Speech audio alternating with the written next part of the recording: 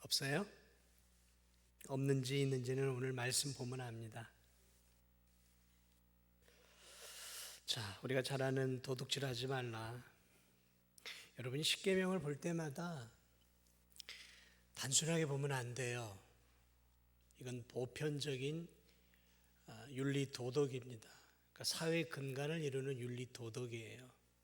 그렇기 때문에 이것을 나하고는 별로 상관이 없는 것 같아 라고 십계명을 바라보는 성도는 성경의 진리를 아직도 너무 모르는 거예요. 도둑질하지 말라고 했다면 오늘 내 삶에 도둑질하고 있는 삶이 있다는 거예요. 그걸 발견해야죠. 그러므로 오늘 이 말씀을 통해서 내가 어떤 부분에 있어서 도둑질하는 삶을 살고 있는가 찾아내야 돼요.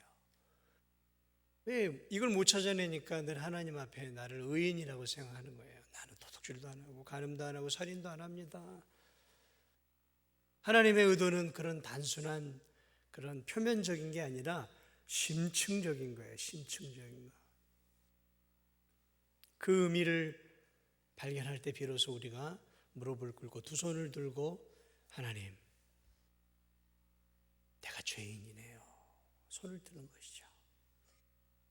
오늘 이 말씀을 통해서 우리 함께 또 8계명 함께 나눠보죠. 자, 도둑질하지 말라. 이 말씀이 우리에게 던져주는 첫 번째 진리가 무엇일까? 하나님은 우리에게 사유재산을 인정해 주시는구나. 그렇죠? 사유재산이 있으니까 도둑질이라는 게 성립이 되는 거예요. 만약에 사유재산이 없다면 도둑질하는 무슨 개념이 어디 있어요?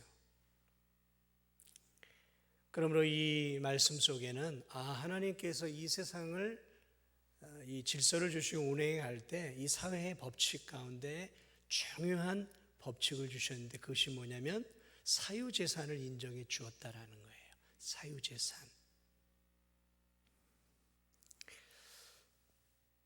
개인에게 소유할 수 있는 땅과 집과 또는 보석과 옷과 자동차. 여러분 다 그런 갖고 계시잖아요. 그래서 우리 그걸 뭐라 그래요? 내 것이라 그러잖아요. 이거 우리 것이야 이렇게 말하지 않죠? 내 차 가지고 다니면서 이거 우리 차야 이렇게 말하지 않아요. 이거 내 차야. 내 거예요. 내 거. 네 거예요. 네 거. 여러분 거란 말이죠. 이게 뭐예요? 이 삶의 질서 속에 하나님은 사유재산 제도를 허락해 주셨다라는 사실이죠. 그러므로 사유재산이 있기에 도둑이 있는 것이죠. 사유재산을 이렇게 다른 사람의 사유재산을 훔치는 것, 이것은 다른 사람의 사유재산을 자기의 것으로 남용하는 것이죠. 자, 그러므로 오늘 이 말씀은 우리에게 사유재산을 인정해주고 있다는 것 외에 그러므로 타인의 재산, 타인의 소유를 이렇게 손대는 것은 죄다라는 것을 또 가르쳐주고 있는 것이죠. 죄고 배상을 해야 함을 가르쳐주고 있는 것이죠. 도둑질하지 말라. 이게 뭐예요? 죄 짓지 말라잖아요. 그러니까 도둑질하는 것은 타인의 재산을 허락 없이 손대고 은근슬쩍 내 것으로 가져오는 것은 이것은 죄이고 그러므로 이것은 반드시 배상해야 하는 거예요. 배상. 오늘 여기에서는 이렇게 간단하게 나와 있지만 우리 출애굽기로 가면 이제 남의 것을 훔쳤을 때 사유재산을 타인의 사유재산을 손댔을 때 어떻게 배상을 해야 되는지 가르쳐주고 있는데요. 이 출애굽기 22장 1절을 보면 이런 말씀이 있어요. 사람이 소나 양을 도둑질하여 잡거나 팔면 그는 소 한 마리에 소 5마리로 갚고 양 한 마리에 양 4마리로 갚을지니라. 그러니까 어떤 사람이 예전엔 다 이제 목축업이나 농사를 지었으니까 소나 양이 있을 거 아니에요? 남의 것이 탐이 나가지고 남의 외양간에서 밤에 소 한 마리를 끌고 왔네요. 이게 끌고 오면 또 티가 날 거 아니에요? 표식이 다 있으니까 이걸 그래가지고 싼 값에 장날에 외지 사람에게 200만 원을 주고 팔아버렸네요. 근데 이게 걸렸어요. 잡혔단 말이죠. 팔아먹은 것까지 이게 걸렸어요. 그러면 어떻게 되냐면 소를 잡아가지고 훔쳐서 팔아 넘겨버린 사람은 소를 5마리를 죄의 값으로 배상을 해야 됐어요. 오늘 또 양을 도둑질하게 되면 나중에 이 양을 이제 팔아먹고 그러면 양 한 마리에 양 4마리로 배상을 4배 또는 5배 배상을 했어요. 그런데 이 출애굽기 22장 4절을 보면 팔아먹어버리면 4배 5배로 갚는데 팔기 전에 예를 들어서 소 한 마리를 훔쳐가지고 다음날 팔려고 했는데 그 밤에 잡혔어요. 범인으로 잡혔어요. 그러면 5배가 아니라 배로만 갚으면 돼요. 배로. 그래서 이게 아마 이제 배상의 원리도 주인이 얼마나 충격을 받느냐 받지 않느냐에 의해서 이 배상의 원리가 있는 거죠. 그러니까 잘 키웠던 소가 팔려가지고 완전히 이제 내가 잊어버리게 되었을 때는 이 주인의 충격이 크니까 그 배상도 4배 5배인데 팔기 전에 갖고 있던 것을 다로 이제 찾게 되어지면 2배로만 갚도록 이렇게 이제 배상의 원리를 남의 것을 훔칠 때 배상의 원리를 하나님께서 정해 주셨어요. 22장 5절에 보면 이런 말씀이 있어요. 자신의 짐승이 남의 밭의 것을 먹을 때 자기 밭에 가장 좋은 것으로 갚아야 한다. 그러니까 내 소, 내 이 염소나 양이 이게 이렇게 관리가 소홀히 돼서 남의 밭에 들어가 가지고 남의 뭐 귀리나 보리나 이런 것들을 잔뜩 먹었네요. 그러면 그만큼 자기 밭에 가장 좋은 것으로 배상을 해야 한다라는 것이죠. 왜요? 미무리한 것이지만 그것을 관리하는 소유주의 책임이 있기 때문에 거기에 맞춰서 배상을 해야 한다. 그런 것들이 성경에 보면 자세하게 이제 기록이 되어 있습니다. 자, 어쨌든 이 사유재산 우리는 늘 기억해야 돼요. 우리가 사는 이 땅은 사유재산 제도를 갖고 사는 그러한 사회라는 것이죠. 그렇지만 참 인간이 죄로 인해 타락하지 않았습니까? 그래서 우리 안에는 무엇이 있어요? 이기심이 있고 욕심이 있고 탐욕이 있어요. 그래서 양 99마리를 가지고 있는 사람은 가난한 한 마리 양을 갖고 있는 가난한 농부의 그 한 마리 양도 내 것으로 채워서 100마리를 만들고 싶어하는 그런 욕심이 있는 것이죠.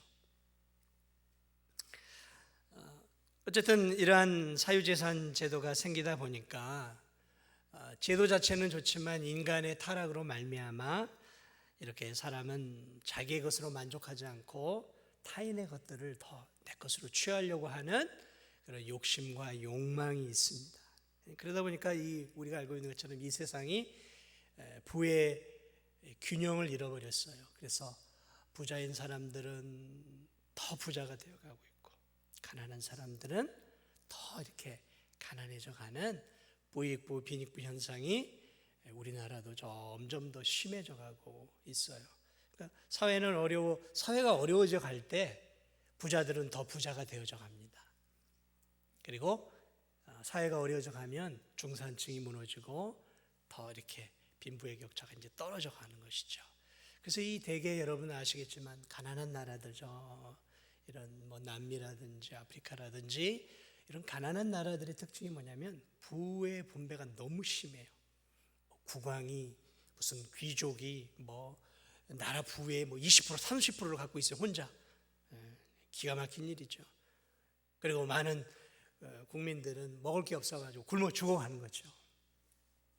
여러분 이 세상에 5대양 6대지에서 만들어내는 농산물이 이 세상 사람들을 학자들은 다 먹이고도 충분히 남는데요.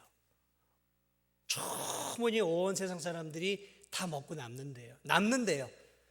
그런데 왜 지금도 수많은 사람들이 한 해에 수십만 이상이 굶어 죽을까요? 기아의 허덕일까요? 부의 분배가 잘못돼서 그래요. 그래서 누구는 음식을 먹고 남아 돌아가가지고 뷔페 같은 데서 음식을 먹고 몇 접시씩 남아가지고 버리죠. 그런데 조금만 경계를 넘어가면 어떤 나라에서는 그런 음식 조금도 없어가지고 헐떡이는 것이죠. 고통스러워하는 것이죠. 이 부의 분배. 그래서 이 사유재산, 자본주의 사회죠. 사유재산의 약점이 무엇이냐면 바로 인간의 이기심, 죄악성 때문에 부의 분배가 균형을 잃어버렸다는 것이죠. 그래서 하나님이 주신 제도이지만 사유재산은 인간의 타락으로 말미암아 그것이 오용되어 왔어요. 그래서 여러분 아시겠지만 이제 그런 사회를 쭉 거쳐오면서 이 산업혁명을 영국을 통해서 이렇게 거쳐오면서 급격하게 이제 산업화가 되어지면서 이런 부의 분배의 차이가 심해졌잖아요. 그러면서 저희 서구 유럽에서 일어난 게 무엇입니까? 막 귀족들 이런 이제 농사가 아니라 이런 이제 사업이나 이제 이런 것들을 통해서 부자들이 많이 일어난 거죠. 그리고 권력을 잡고 있는 왕족이나 귀족들이 땅을 다 소유하고 부가 올라가고 유럽의 이 나머지 사람들은 말 그대로 기아에 허덕이면서 정말 고통스럽게 일하면서 겨우 근근히 먹고 살아가요. 그러니까 이 깨어있는 지성인들 가운데서 그걸 바라보면서 저 자본주의 사유재산을 소유하는 것은 저건 잘못된 사회 구조다라고 본 거예요. 언뜻 보기엔 그렇게 보이죠. 그래서 칼 막스 같은 경우는 거기서 뭘 씁니까? 자본론 같은 이런 것들을 쓰면서 공산주의의 이론의 토대를 만들어내기 시작해요. 이 사회는 혁명이 필요하다는 거죠. 뒤집어 엎어야 된다. 자본가는 다 사회의 악, 경제를 잡고 있는 저 대기업들 사회의 악이다. 저들을 뒤에 엎어야 된다. 혁명을 일으켜야 된다.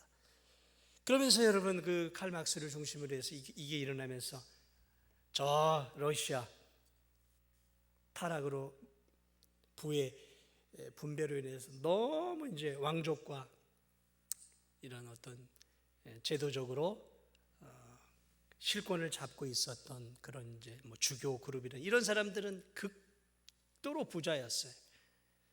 그래서 러시아에서 혁명이 레닌을 중심으로 일어나면서 뒤집어 엎기 시작하면서 우리가 알고 있는 최초의 공산주의 국가가 탄생을 한 거예요.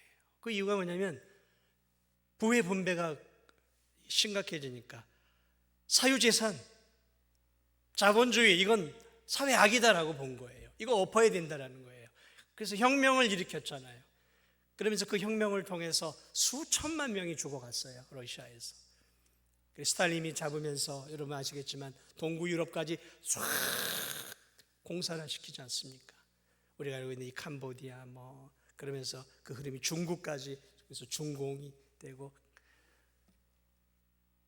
공산주의의 혁명으로 인해서 수억 명이 죽었어요. 수억 명이. 자본주의에 대한 이 사유재산에 대한 개념을 잘못 인식함으로 그런 일이 일어난 거죠. 여러분 사유재산을 소유하는 게 잘못일까요? 공산주의는 사유재산을 그래서 인정하지 않아요. 다 국가로 귀속. 여러분 김일성이 북한을 장악하면서 다 사유재산 가지고 있었던 이런 지주층들, 우리나라 지주층들 싹 다 소유했잖아요. 저 러시아도 마찬가지. 다 국가로 귀속. 그래서 우리 공평하게 나눠줄게. 싸우지 말고. 그게 성공했습니까? 공평한 게 아니라 더 소수가 최고의 권력을 누린 거죠. 극단의 권력을 누리고 극단의 부를 누리고 나머지는 거지같이 살게 되어진 거예요. 북한을 보세요. 소수의 사람 외에 노예로 살고 있지 않습니까? 저게 사람 사는 세상입니까? 노예죠. 노예. 한 사람의 눈에 잘못 들면 2인자도 순식간에 목이 달아나는 세상. 인권이고 이런 거 없어요. 한 사람의 생명 그거 중요하지 않아요. 최근에 우리나라 그 무슨 해양부 소속돼 있던 공무원 하나가 바다에서 이렇게 표류해가지고 그걸로 떠밀려가서 죽여버렸잖아요. 불태워버렸잖아요. 죽여도 까닭 안 해요. 걔들은 공산주의라는 것 자체가 사람을 사람으로 보지 않아요. 하나의 그냥 고등한 짐승으로 봐요. 그게 공산주의.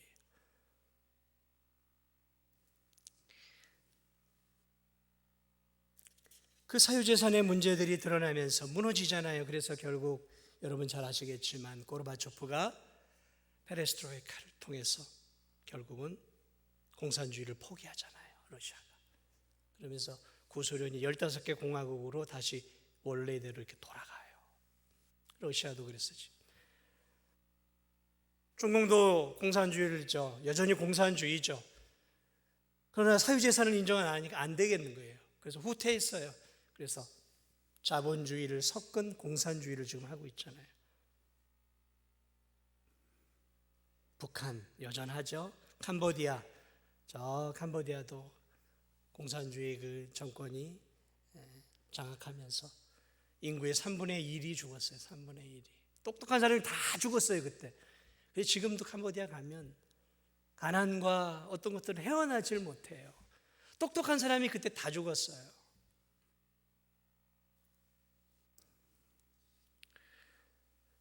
사랑하는 여러분, 이 공산주의자들이 이런 얘기들을 했어요. 어떤 얘기들을 했냐면 공산주의 원형은 기독교 아니냐.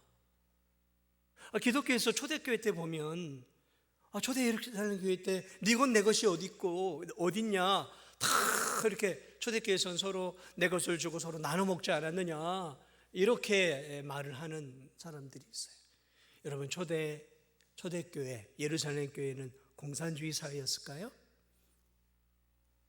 아니에요. 공산주의가 아니라 사도행전을 가만히 보면 그들은 자기의 사유재산이 있었어요. 사유재산이 있었어요. 다 네 것 내 것이 있었어요. 그런데 그것을 가지고 보니까 가난한 성도들이 눈에 많은 거예요. 그래서 바나바 같은 사람은 이 가난한 사람을 위해서 내가 내 것을 드리자고 자기의 큰 밭을 팔아가지고 사도들의 발 앞에 자기가 자발적으로 내어놓은 거예요. 거기에 감동을 받은 아나니아 삽비라도 나도 좀 해야지 하다가 욕심을 부린 것이죠. 다 드려야 되는데 절반은 숨겨놓고 요것만 하나님께 드립니다 하고 하나님을 속이죠. 초대 기독교는 공산주의가 아니었어요. 그것은 자본주의, 사유재산을 인정했어요. 그런데 하나님의 은혜를 입은 성도들이 그래, 하나님이 나만을 위해 이 재산을 주신 게 아니지. 하나님이 나만 잘 먹고 잘 살라고 재산을 주신 게 아니지. 이렇게 어렵게 신앙생활하는 이 믿음의 지체들과 함께 나누라고 나에게 이런 재산을 주신 것이지. 그래서 그들은 사도들이 바치시오, 동무 바치지 않으면 가만두지 않겠소, 이렇게 하지 않았다는 거죠. 사도들은 아무 말도 하지 않았어요. 그런데 성령의 은혜를 입은 성도들이 자발적으로 자신의 집을 팔고 자신의 재산을 팔아서 사도들의 발 앞에 갖다 놓은 거예요. 베드로 사도요, 이것을 가지고 저 가난하고 힘겨운 우리 믿음의 성도들에게 나누어 주십시오. 그러니까 네 것 내 것이 없었던 이유는 사유재산을 부정했던 것이 아니라 성령의 충만을 받아서 이들이 내 것을 내 것이라 생각하지 않고 서로 나누어 썼다라는 것이죠. 나누었던 거죠. 그러나 공산주의는 그게 아니죠. 니께 어디 있어 임마, 땅 내놔, 밭 내놔, 너 기업 국가로 귀속시켜, 싹 국가가 가져가는 것이죠. 여러분, 왜 공산주의가 망할까요? 공산주의가 망할 수밖에 없는 하나의 이유가 있어요. 그것은 사유재산을 인정하지 않기 때문에 그래요. 여러분, 사유재산 인정해 주지 않는데 열심히 일할 것 같아요?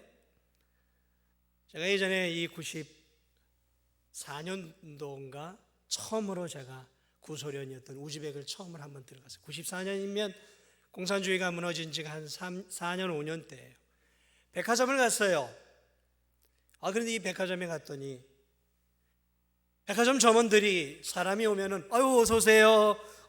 이거 참 좋아요. 이거 한번 입어보실래요? 이래야 되는 게 이게 자본주의 사회잖아요.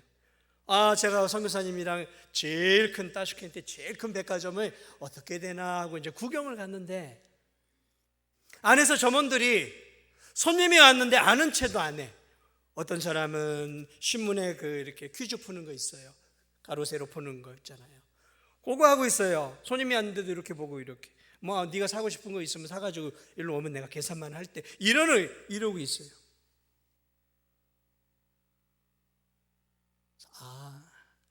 왜 그럴까요? 이 사람이 사건 안 사건 나하고 상관없어. 왜요? 시간만 지나면 월급이 들어오니까. 백화점이 잘 되겠어요? 공산주의가 그런 거예요. 공산주의가 배급제니까 침대는 5년에 한 번씩 바꿔줍니다. 그러니까 새 침대 5년 지나도 짱짱한 침대 꺼내가지고 막 부셔버려. 왜? 제공해 주니까. 그게 나라가 망할 수밖에 없는, 나라가 가난하게 될 수밖에 없는 구조더라고요. 그 몰락한 마지막 공산주의 모습을 저는 2년 동안 철저하게 봤어요. 이래서 망하는구나. 이거 나라가 거덜날 수밖에 없는 구조구나. 열심히 일하면 뭐예요? 내 것이 안 되고 다 이렇게 가는데요. 뭐하러 일해요? 일하지 않아도 월급 따박따박 조금이든 많이든 들어오는데 무너지는 거죠. 땀 흘리지 않더라고요. 열심히 일하지 않아요. 창조적으로 이루지 않아요. 개념이 없어요. 시간만 때워요. 점심시간이 되면 칼같이 문을 닫아요. 은행도 뭐고 칼같이 문을 닫아요. 그리고 시간 맞춰 문 열지 않아요. 30분, 40분, 1시간씩 국영기업들은 그렇게 문을 열어요. 왜요? 내가 칼같이 열 이유가 없잖아요. 시간만 때워도 월급이 나오는데. 그런 개념을 갖고 있어요. 그래서 저 우즈벡 같은 나라는 아직도 그런 개념이 있다 보니까 가난해요. 공직에 있는 사람들 정말 일하지 않아요. 창의력이 없어요. 가만히 있어도 월급이 나오니까. 거기서 일해서 먹고 사는 사람, 창의적이고 머리가 팡팡팡팡 돌아가는 사람은 누구냐면 시장에서 일하는 사람들이에요. 시장에서 일하는 사람, 경쟁해서. 그런 사람들이 이제 차도 사고 집도 사더라고요, 보니까.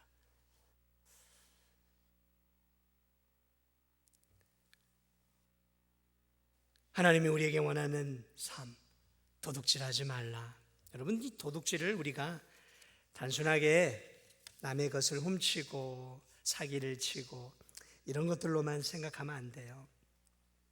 그런 것만이 사실은 도둑질이 아니라는 것이죠. 그 외에도 많은 도둑질들이 있는 것이죠. 남의 지적인 재산권을 가져가는 것도 도둑질인 것이고, 남의 명예를 내가 뺏어가고 남이 받아야 할 명예, 그런 것들을 내가 갈취하는 것도 이것도 도둑질이 될 수 있는 것이죠.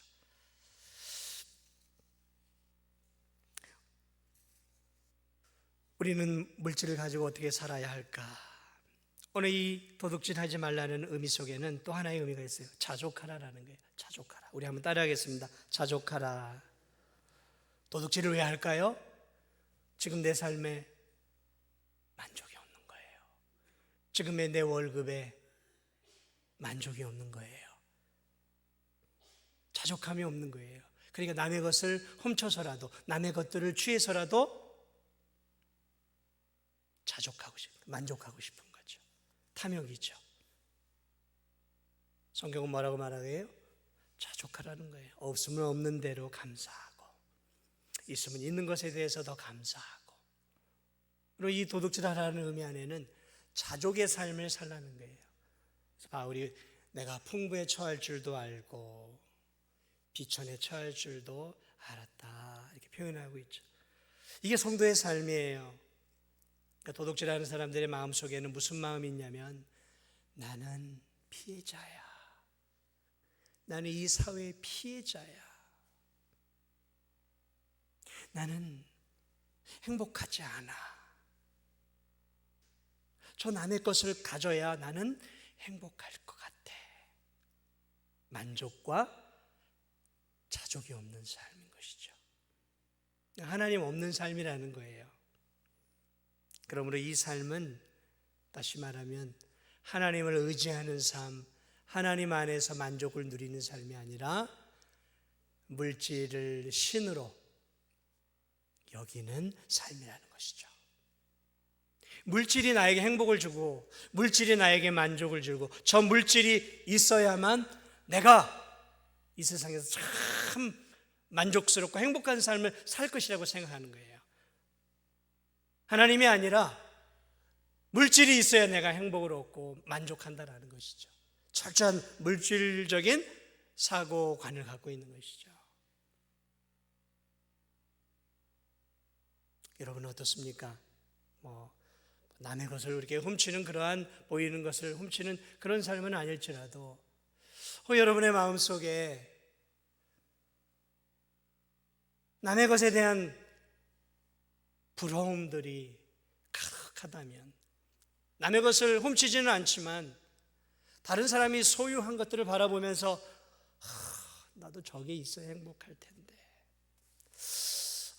나도 저런 집에 살아야 행복할 것 같은데 며칠 전에 이렇게 잠깐 유튜브를 보니까 세상 사람들이 살고 싶어하는 그런 집 중에 하나가 서울 송파구에 롯데타워라고 있어요. 롯데타워라고 있거든요. 엄청 거기 60 몇 층부터 이렇게 이제 아파트가 있어요 그 안에. 근데 기본적으로 이렇게 웬만큼 저기 하면 아파트 값이 100억이 넘어가요. 100억이. 그리고 그 위에 정말 좋은 집은 300억, 350억. 그래서 거기에 사는 것. 그래서 어떤 사람이 거기에 이제 월 2천만 원을 주고 월세를 산대. 그래서 왜 당신은 거기에 삽니까? 라고 인터뷰를 했더니 여기는 0.01%만 들어올 수 있는 곳 아닙니까? 그래서 내가 한번 그런 걸 누려보고 싶어서 들어왔다 그러더라고요. 그러니까 이제 그런 것이죠. 행복을 누려보고 싶었다라는 의미예요. 내가 이렇게 부를 가지고 살아가면 그래서 남들이 살지 못하는 그런 곳에서 먹고 마시고 살면 내가 행복할 것 같다라는 것이죠. 행복을 물질에서 찾는 것이죠. 이게 이제 물질주의죠. 황금만능주의.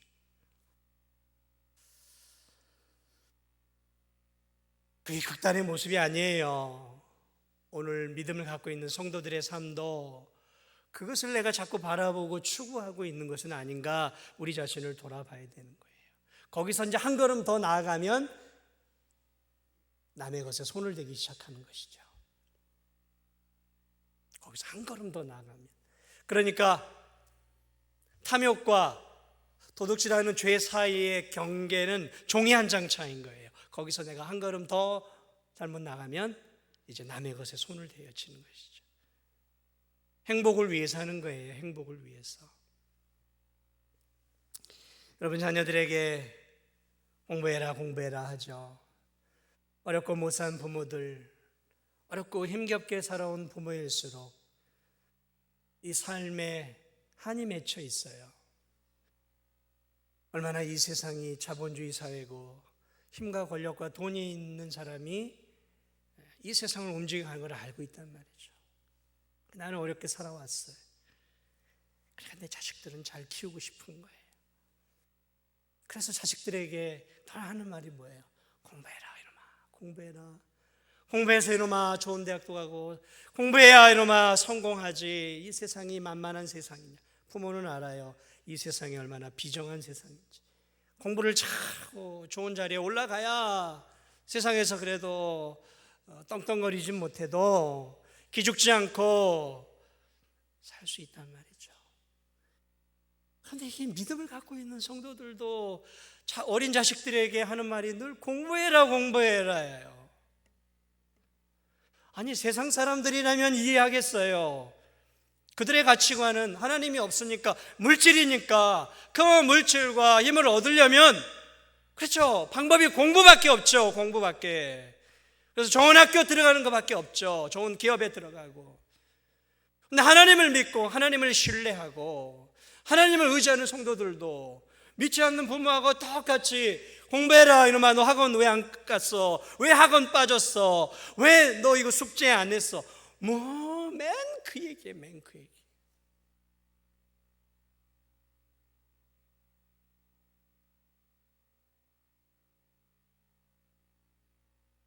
자식을 바라보는 관점이 오직 성적이에요. 성적. 거기에 부모의 운명을 걸어요. 자식이 마음속에 어떤 고민을 갖고 있는지, 지금 믿음의 상태가 어떤지, 그건 중요하지 않아요. 오로지 성적에 부모가 웃고 울어요. 몇 등 올라가면 이야 잘했구나. 좀 떨어지면 부모의 마음이 물같이 녹아져서 인생이 암울해요. 자식이 성적이 조금만 올라가면 세상이 그냥 다 햇빛이 나를 비추는 것처럼 행복해가 겨워해요. 자녀에 의해서 울고 울어요. 똑같은 모습이죠. 여러분, 이 도둑질하지 말라는 오늘 자본주의 사회를 살아가고 있는 우리들에게 중요한 경고를 주고 있는 거예요. 왜 돈을 네 인생의 주인처럼 붙잡고 사는 거예요? 왜 네 자식들을 이렇게 해서 안정된 직장, 안정된 직업을 가질 수 있도록, 결국 뭐예요? 결국 돈 잘 버는 직업을 추구하는 거 아니에요. 결국 거기에 포인트를 두고 있는 거 아니냔 말이죠. 얼마나 하나님 중심으로 내 자녀를 세워가는 거기에 자녀들의 명운이 걸려 있다는 것을 생각하지는 않고 결국 돈이에요. 따지고 보면 다 돈이에요. 좋은 대학 가는 이유가 뭐예요? 다 돈 아닙니까? 저는 돈을 부정하지 않아요. 저도 돈 없으면 살 수가 없어요. 저도 돈이 있어야 사람답게 살 수 있고요.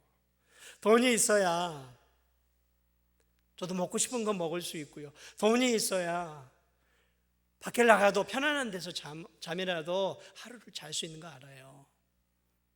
저 돈 부정하지 않습니다. 저 돈 좋아해요. 여러분이 좋아하는 것만큼 저도 돈 좋아해요. 돈 싫어하는 사람이 어디 있어요? 그러나 오늘 이 도둑질하지 말라라는 이 말 속에는 돈을 너무 사랑하지 말고 돈을 하나님처럼 섬기지 말라라는 의미가 담겨 있어요. 왜요? 도둑질하지 말라라는 것은 결국 한 걸음 더 나아간 거예요. 하나님보다 물질을 더 잡는, 어떤 식으로든 더 잡아내려고 하는 거죠.